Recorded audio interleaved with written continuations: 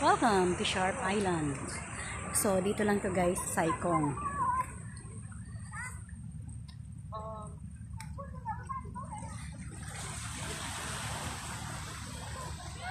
Kita nyo guys, yung daanan nasa gitna ng tubig. Tubig. So, sa gitna ng kadagatan. Ako ay maglalakad. No? Ang ganda lang. No?